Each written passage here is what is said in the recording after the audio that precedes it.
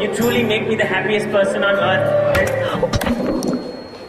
मतलब कुछ भी करने से पहले क्या करना चाहिए, बातचीत करना चाहिए। और भैया जी ने प्रपोज कर रहे थे मैडम जी को, और मैडम जी ने पट से हेडशॉट दे दिया। यानी कुछ भी करने से पहले बातचीत करना चाहिए, देखना चाहिए सिचुएशन कैसा हो रहा है। ठीक है, खैर छोड़ो।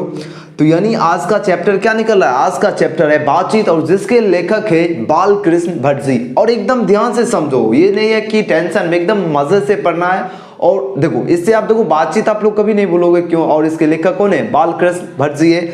और आपके पास दिगंत जो है बुक होगा ही, अगर नहीं है तो आप लोग खरीद सकते हैं, अगर नहीं भी खरीदेंगे तो सिर्फ आप लोग सुनिए और समझते चलिए।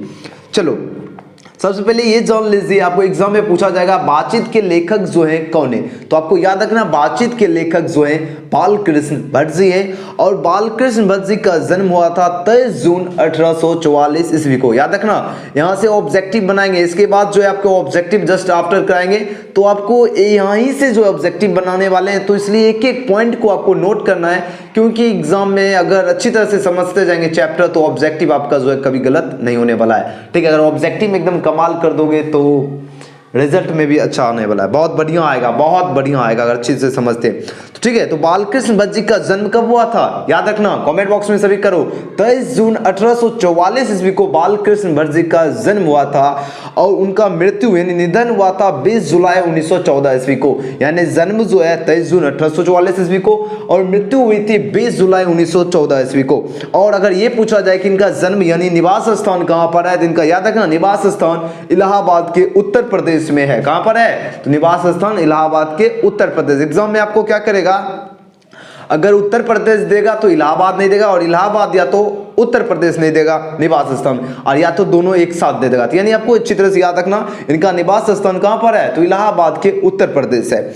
अगर बात करें बालकृष्ण भट्ट जी के माता और पिता का नाम, तो इनके माता का नाम जो है पार्वती देवी है, और इनके पिता का नाम जो है बेनी प्रसाद भट्ट है। क्या नाम है, तो बालकृष्ण भट्ट जी के माता का नाम है पार्वती देवी, और पिता का नाम है बेनी प्रसाद भट्ट। और इनके जो पिता थे एक व्यापारी थे। क्या थे, ये भी पूछ सकता है। बालकृष्ण भट्ट जी के पिता यानी बेनी प्रसाद भट्ट जो है वो क्या थे, वो एक व्यापारी थे। देखो यहाँ से ऑब्जेक्टिव आपको समझाते जाते हैं किस टाइप के ऑब्जेक्टिव एग्जाम में पूछे जाएंगे। ओके, और ये तो हो गया। और उनके माता जो थे वो क्या थे, सुसंस्कृत महिला थी। यानी मतलब एक तो होता है जो बढ़िया महिला होती है, मतलब एक तरह हाउस वाइफ है और संस्कारी है, वही यहाँ पर पूछा जा रहा है, कहा जा रहा है क्या, सुसंस्कृत जो है महिला, जिन्होंने बालकृष्ण भट्ट के मन में जो है अध्ययन की रुचि एवं लालसा जगी। अब जो बालकृष्ण भट्ट जो लेखक हैं बातचीत के, उनके मन में क्या किए, अध्ययन की लालसा दिखाई, यानी पढ़ने लिखने मतलब इसकी लालसा जगाए उनके माता, जिनका नाम क्या है, जिनका नाम है पार्वती देवी। देखो इसलिए आपको एकदम पॉइंट अच्छी तरह से पकड़ते जाना है, पॉइंट को पकड़ते चलिए। ओके, अब देखो बात करेंगे बालकृष्ण भट्ट जी जो शिक्षा है ये कहां से प्रारंभ की।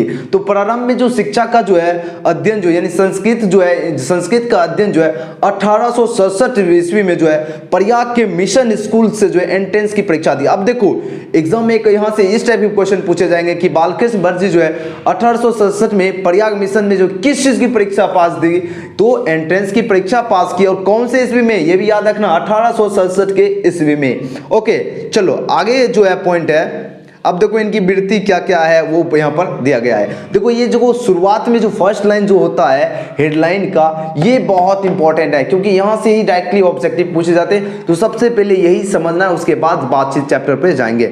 ओके, अब देखो आगे यहाँ पर दिया गया है 1869 से जो है 1869 से 1875 तक जो है ये प्रयाग मिशन की में जो क्या थे स्कूल के जो है अध्यापन किए। और 1885 में जो है प्रयाग के जो CAV स्कूल में जो है संस्कृत का अध्ययन किया। और 1888 में प्रयाग की जो है कबस्त पाठशाला इंटर कॉलेज में जो है अध्यापक नियुक्त किया। अब देखो यहाँ पर एक मोस्ट इंपॉर्टेंट क्वेश्चन बनता है 1888 ईस्वी, याद रखना 1888 ईस्वी में जो है ये क्या हुए थे, ये अध्यापक बने थे, यानी इंटर कॉलेज के, यानी इंटर कॉलेज में जो है 1888 ईस्वी में जो है वो अध्यापक बने थे। बस यही है। उसके बाद देखो इनकी विशेष परिस्थिति तो ये उतना इंपॉर्टेंट है नहीं, चलो अब देखो इनका रचनात्मक जो है सक्रियता जो है यहाँ से जो है क्वेश्चन क्या बनते हैं। अब देखो भरतेंदु हरिश्चंद्र की जो है प्रेरणा से हिंदी वर्धिनी जो है सभा प्रयाग की ओर से जो है 1877 में हिंदी प्रदीप नामक मासिक पत्र निकालना प्रारंभ किया। अब देखो याद रखना हिंदी प्रदीप जो है ये कब हुआ, यानी कब हुआ था, याद रखना 1877 ईस्वी में जो है हिंदी प्रदीप नामक जो है मासिक पत्र निकालना प्रारंभ किया। कब किया था, याद रखना डेट याद रखना 1877 ईस्वी। ओके अब देखो कहा जा रहा है इसे वे जो है 33 वर्षों तक चलाते रहे। आप देखो 33 वर्षों तक जो है इसे चलाते रहे। उसके बाद यहाँ पर है इसमें जो है नियमित रूप से, इसमें क्या है नियमित रूप से जो है सामाजिक साहित्यिक नैतिक राजनीतिक विषयों पर जो है निबंध लिखते रहे।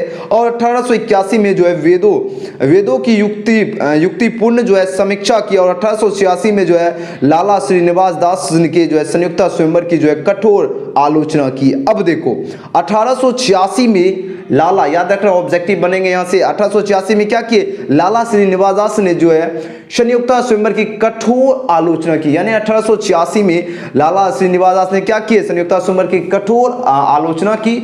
और संयुक्ता स्वयंवर जिसके लेखक कौन है, याद रखना श्रीनिवास दास, यहाँ से ऑब्जेक्टिव बनेंगे याद रखना। ओके अब देखो अब यहाँ पर आगे है जीवन के अंतिम दिनों में जो है हिंदी शब्दकोश के जो है संपादन के लिए श्याम सुंदर दास द्वारा जो है काशी आमंत्रित, किंतु जो है अच्छा व्यवहार ना होने पर जो है अलग हो गए। अब क्या हुआ, मतलब अच्छा व्यवहार होने के नहीं कारण क्या हुए, अलग हो गए। अब देखो बालकृष्ण भट्ट जी के क्या क्या रचनाएं हैं, ये आपके लिए बहुत इंपॉर्टेंट है। अब देखो इनके उपन्यास कौन कौन से हैं, सभी एक एक याद रखना, उपन्यास एग्जाम में क्वेश्चन पूछे जाएंगे। आपको वही चीज बता रहा हूं जो आपके एग्जाम में पूछे जाएंगे, सिर्फ मेन पॉइंट आपको बता रहा हूं, ठीक है, क्योंकि आप समझते भी जा रहे हो तो मजा से पढ़ते चलिए। ओके अब देखो इनके उपन्यास जो है बालकृष्ण भट्ट जी के कौन कौन से हैं, याद रखना रहस्य कथा हो गया, नूतन ब्रह्मचारी, 100 जन एक सुजन, गुप्त बैरी, रसताल यात्रा, उचित दक्षिणा, हमारी घड़ी और सद्भव का अभाव। यानी ये सारे उपन्यास जो है जिसके लेखक कौन है, बालकृष्ण भट्ट जी, याद रखना।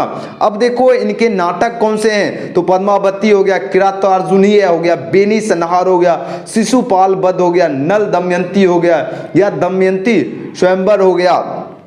और उसके बाद है देखो शिक्षा दान हो गया, चंद्रसेन, सीता वनवास और पतित पंचम, मेघनाथ वध। उसके बाद है कट्टर, सुम की एक नकल, बिरनल्ला।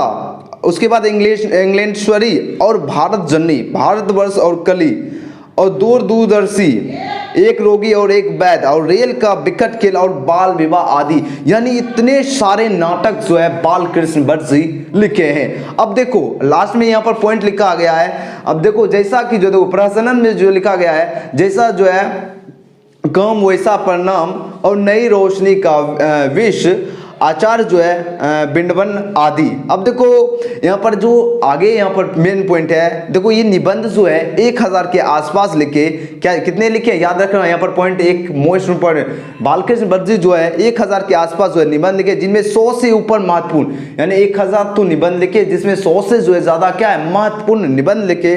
और भट्ट जी जो है निबंध माला नाम से जो है 2 खंडों में संग्रहित प्रकाशित है। अब देखो निबंधकार के नाम से भी जो है बालकृष्ण भट्ट जी जाने जाते हैं। और साहित्यकार, एग्जाम में ऑब्जेक्टिव में पूछे जाएगा कौन जो है निबंधकार और साहित्यकार के नाम से जाने जाते हैं, तो याद रखना बालकृष्ण भट्ट जी निबंधकार और साहित्यकार के नाम से भी जो है जाने जाते हैं।